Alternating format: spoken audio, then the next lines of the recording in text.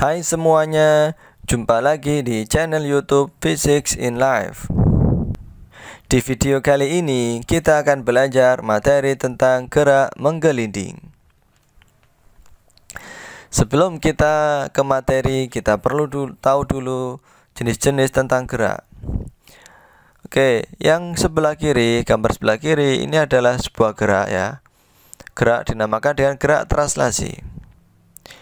Bagaimana gerak translasi itu?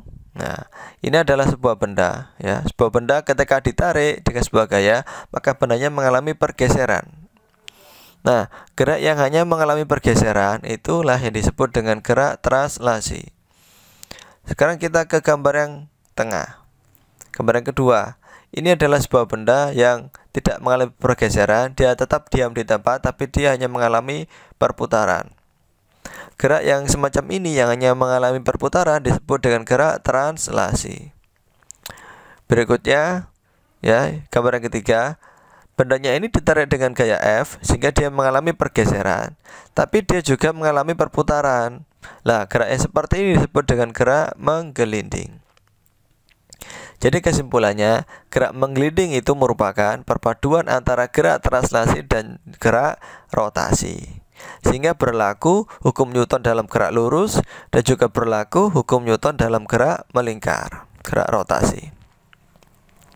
Nah, sekarang kita menganalisa gerak menggelinding pada bidang datar.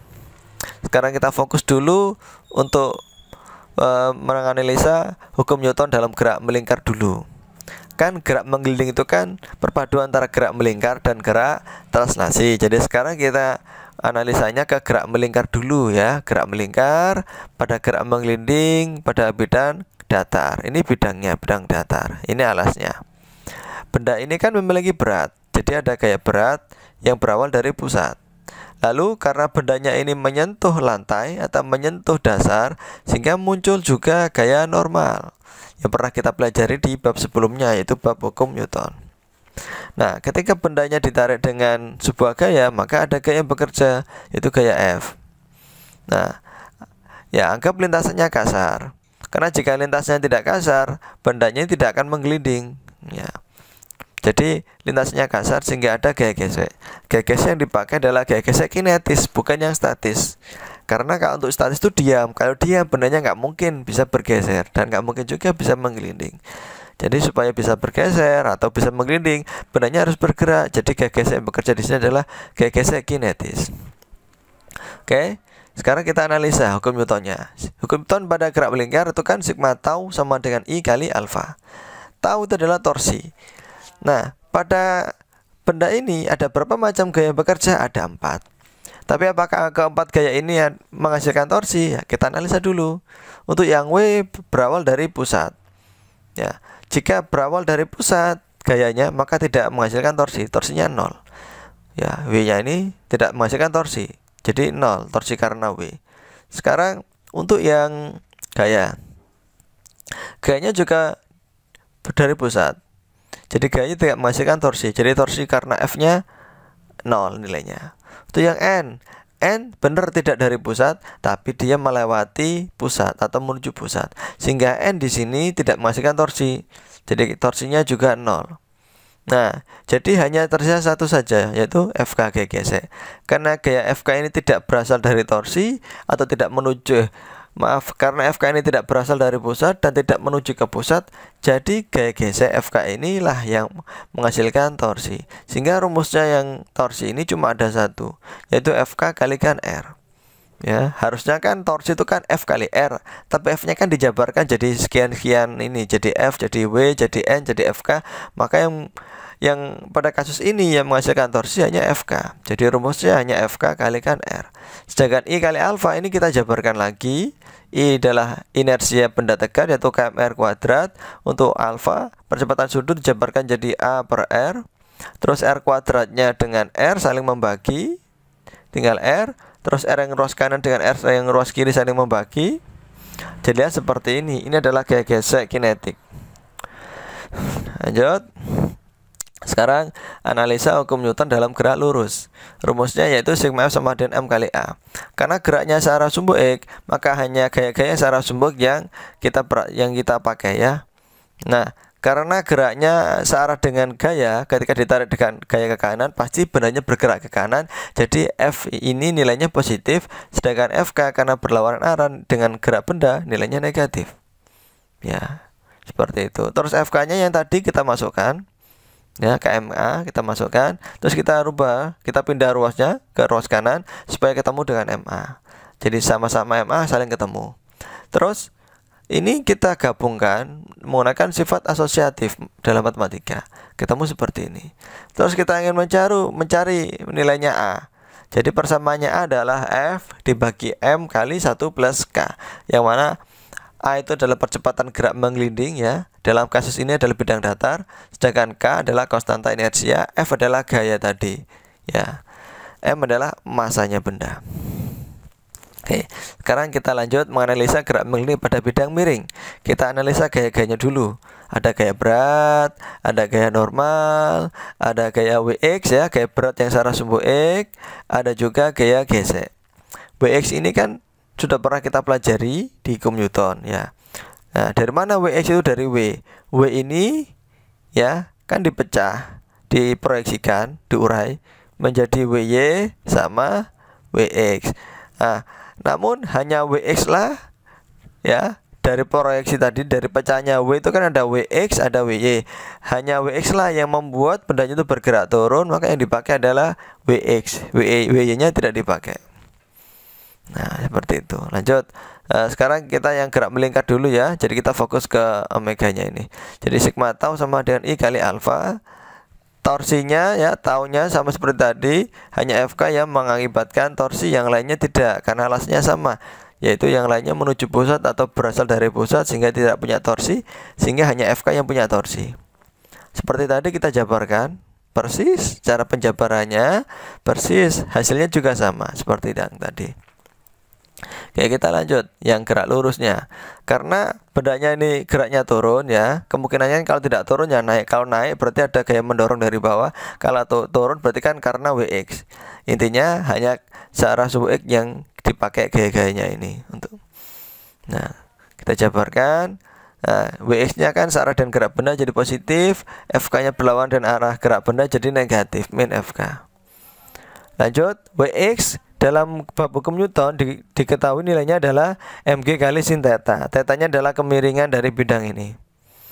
FK tadi udah kita temukan, kita masukkan ke sini. Terus KMA-nya dengan MA-nya digabung, ya. Nah, ini dipadukan dengan sifat asosiatif. Jadi seperti ini. Terus M-nya dengan M saling membagi, sehingga seperti ini. Lalu kita cari persamaannya untuk A. Jadi A, percepatan gerak menggelindingnya pada bidang miring, ketemu nilainya seperti ini. Nah, ini dapat kita lihat dalam rumusnya ini kan tidak mengandung besaran M. Jadi massa benda tidak mempengaruhi. Jadi ketika bendanya itu yang memiliki K-nya sama, dalam artinya jika K-nya sama, maka bendanya itu ukurannya sama, ya, bentuknya sama.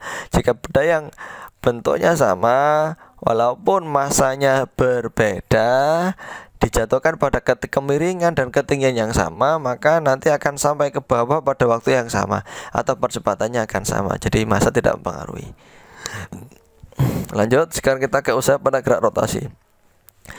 Usaha pada gerak rotasi ini merupakan penurunan dari usaha pada gerak lurus, yaitu perkalian antara gaya dengan perpindahan F kali S. Sedangkan S sendiri ini jika dihubungkan dengan gerak rotasi itu dijabarkan menjadi theta kali R. R-nya dengan F kita gabungkan, berubah menjadi tau. Sehingga usaha pada gerak rotasi itu nilainya adalah tau kalikan theta, yang mana theta adalah sudut dalam radian. Sekarang energi kinetik pada gerak rotasi. Energi kinetik pada gerak rotasi itu diturunkan dari energi kinetik pada gerak translasi, ya, disimbolkan dengan EKT, yaitu nilainya setengah mv kuadrat. Ini kan sudah kalian pelajari di bab sebelumnya, di bab energi sama usaha itu. Nah, lanjut, V-nya ini kan gerak lurus. Kalau kita rubah menjadi besaran gerak rotasi, maka menjadi omega kali R. Terus ini kita kuadratkan jadi omega kuadrat kali R kuadrat. Lah, M dengan R kuadrat kita gabung. Nah, M kali R kuadrat jika dikali kan ketemu nilai inersia. Jadi sekarang ketemu persamaannya yang sebelumnya setengah mv kuadrat sekarang menjadi setengah I omega kuadrat. Ini adalah nilai dari energi kinetik rotasi. Ya, sekarang kalian kenal EK ya, macamnya EK, tidak hanya energi kinetik yang untuk gerak translasi, tapi juga energi kinetik untuk yang gerak rotasi. W omega ini adalah kecepatan sudut, I adalah momen inersia. Lanjut. Yang keempat, sekarang energi kinetik pada gerak menggelinding. Nah, karena gerak menggelinding adalah perpaduan antara gerak translasi sama gerak rotasi, maka energi kinetiknya juga perpaduan dari energi kinetik translasi ditambah dengan energi kinetik gerak rotasi. Jika diturunkan seperti ini. Jadi nilainya EK gerak menggelinding itu boleh ditulis seperti ini, dimasukkan berapa masanya, berapa kecepatannya, berapa inersianya, berapa omeganya. Ya, boleh. Atau jika omega sama inersia tidak diketahui, maka kita jabarkan, kita turunkan persamaannya. I kita rubah jadi seperti ini, omega kita rubah jadi seperti ini. Ya. Terus ini kita kuadratkan. Ketemu omega kuadrat per R kuadrat. Nah, per R kuadrat dan R kuadrat saling menghilangkan, sehingga ini tinggal KM, yang ini tinggal V kuadrat. Nah, karena sama-sama punya setengah mv kuadrat, kita gabung pakai sifat asosiatif, jadi nilainya seperti ini. Jadi untuk EK gerak menggelinding, ya itu boleh ditulis seperti ini, atau pakai yang ini, boleh yang itu, boleh yang ini ya, boleh yang ini, boleh yang ini, silakan, tergantung mana yang diketahui. Jika diketahui I sama omega pakai ini, jika ada diketahui cuma K ya, yang diketahuinya sama mv pakai yang ini.